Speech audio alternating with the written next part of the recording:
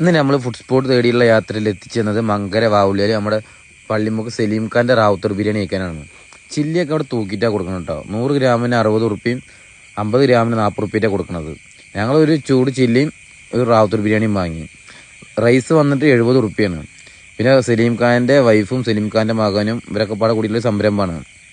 മകനൊക്കെ full ആക്റ്റീവാന്നാണ് പറഞ്ഞത് സലീം ഖാൻ. ബാക്കി കാര്യം നമ്മൾ സലീം ഖാൻ ചോദിച്ചു നോക്കാം.